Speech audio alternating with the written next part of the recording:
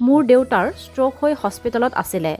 তাৰ পিছদিনা মোৰ মানুহজন হস্পিটেললৈ যাবলৈ ওলাওঁতে হঠাৎ তেওঁৰ মূৰটো ঘূৰালে আৰু গাটো বেছিকৈ বেয়া লগা বুলি কোৱাত মই তৎক্ষণাত সন্মুখৰ ফাৰ্মাচীখনৰ ভণ্টিজনীক মাতি আনি প্ৰেছাৰটো জোখালোঁ। অস্বাভাৱিকভাৱে বাঢ়ি গ'ল তেওঁৰ ব্লাড প্ৰেছাৰ। তাৰ পাছত ইণ্টাৰনেটত চাৰ্চ কৰিলোঁ যে ঘৰুৱাভাৱে ব্লাড প্ৰেছাৰ কেনেকৈ কমাব পাৰি। তাৰ পাছত এই জুচবিধ 21 দিন ৰাতিপুৱা খালী পেটত খোৱাটো দৈনন্দিন ৰুটিনত কৰি ল'লোঁ আৰু নিয়মিত ব্লাড প্ৰেছাৰ জোখাই থাকিলোঁ। আপোনালোকে ভাবিব নোৱাৰিব আচৰিত ধৰণে ব্লাড প্ৰেছাৰ কমি ল' ব্লাড প্ৰেছাৰ হৈ গ'ল। তাৰ পিছত এই জুচবিধ দৈনিক খোৱাটো বন্ধ কৰি গেপ দি খুৱাবলৈ আৰম্ভ কৰিলোঁ আৰু আজিকালি তেওঁৰ প্ৰেছাৰটো জোখালে নৰ্মেল থাকে। আহকচোন চাওঁ এই জুচবিধ মই কেনেকৈ বনালোঁ। অপকাৰটো নহয়, হয়তো আপোনালোক কাৰোবাৰ উপকাৰেই হ'ব। আৰু এটা তথ্য মই ইণ্টাৰনেটত চাৰ্চ কৰি পালোঁ যে যদি কাৰোবাৰ কিডনী ষ্টোন থাকে অথবা ল' ব্লাড প্ৰেছাৰ থাকে তেন্তে ইয়াৰে এটা সামগ্ৰী খাব নালাগে। আৰু কোনটো সামগ্ৰী খাব নালাগে সেইটো মই আপোনালোকক ভিডিঅ'টোৰ শেষত কৈ আছোঁ। এতিয়া মই জুচবিধ বনাবৰ কাৰণে যোনখিনি সামগ্ৰী লৈছোঁ সেইখিনি মই আপোনালোকক এবিধকে দেখুৱাই দিম।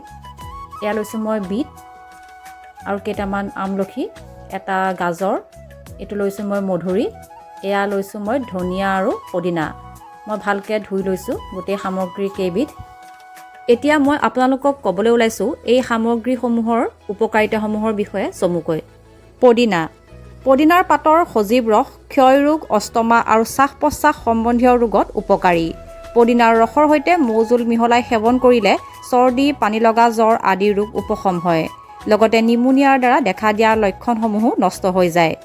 হঠাতে পেট বিষালে পদিনাৰ সজীৱ ৰসৰ লগত আদা আৰু লৱণ মিহলাই সেৱন কৰিলে লাভ হয়।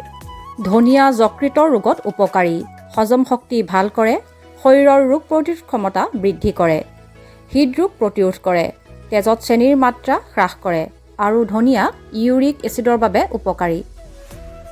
মধুৰিআমে শৰীৰৰ হাওঁফাওঁ অংশ সুস্থ কৰি ৰাখে। মধুৰিআম খালে উচ্চ ৰক্তচাপ সামান্য হৈ পৰে। মধুৰিআমে তেজৰ চলাচল সঠিক ৰূপত ৰাখে, যাৰ বাবে হৃদয় সুস্থ হৈ থাকে। মধুৰিআমে পেটৰ বদহজমৰ সমস্যা নোহোৱা কৰাৰ লগতে কোষ্ঠকাঠিন্যতাও দূৰ কৰে। মধুৰিআমে শৰীৰৰ মেদবহুলতা কম কৰাৰ ক্ষেত্ৰত সহায় কৰে। মধুৰিআমত যথেষ্ট পৰিমাণে কেলছিয়াম পোৱা যায়। ই শৰীৰৰ হাড় আৰু দাঁতবোৰ শক্তিশালী কৰি ৰাখে। গাজৰে চকুৰ দৃষ্টিশক্তি বৃদ্ধিত সহায় কৰে। গাজৰে শৰীৰৰ ৰোগ প্ৰতিৰোধ ক্ষমতা বৃদ্ধিত সহায় কৰে। শৰীৰৰ ওজন কমোৱাত সহায় কৰে। গাজৰে শৰীৰত কেঞ্চাৰ প্ৰতিৰোধ কৰাত সহায় কৰে। গাজৰে এণ্টি এজিং আৰু ছালৰ সুস্থতা ৰক্ষা কৰে। আমলখিৰ ৰসে শৰীৰৰ ওজন কমোৱাত সহায় কৰে। আমলখিৰ ৰসে শৰীৰৰ কলেষ্ট্ৰল নিয়ন্ত্ৰণ কৰাত সহায় কৰে। আমলখিৰ ৰসে এনাৰ্জি ড্ৰিংক হিচাপে কাম কৰে। ই শৰীৰক শক্তিশালী কৰি তোলে। ভিটামিন চি সমৃদ্ধ আমলখিৰ ৰসে ৰোগ প্ৰতিৰোধ ক্ষমতা শক্তিশালী কৰাত সহায় কৰে। আমলখিৰ ৰসে চকুৰ দৃষ্টিশক্তি উন্নত কৰাত সহায় কৰে। আমলখিৰ ৰস হাড়ৰ বাবে উপকাৰী। আদাৰ টুকুৰা বা ৰসৰ সৈতে অকণমান নিমখ মিহলাই খালে বমি ভাৱ নোহোৱা হয়। আদা খালে পেটত গেছৰ সমস্যা নোহোৱা হয়। 2 কাপ পানীত 2 ইঞ্চিমান আদা উতলাই সেই পানী খালে বুকুৰ জ্বলা-পোৰা, এচিডিটি নোহোৱা হয়। দাঁতৰ আৰু মুখৰ দুৰ্গন্ধ নোহোৱা কৰাত আদা সহায়ক হয়। পাইলছৰ ৰোগীৰ বাবেও আদা উপকাৰী, কিয়নো ই শৌচ খোলোচা কৰাত সহায় কৰে। বিটৰ ৰসে উচ্চ ৰক্তচাপ নিয়ন্ত্ৰণ কৰাত সহায় কৰে। বিটৰ ৰসে হৃদযন্ত্ৰৰ স্বাস্থ্যৰ উন্নতি সাধন কৰে। বিটৰ ৰস যকৃতৰ বাবে উপকাৰী।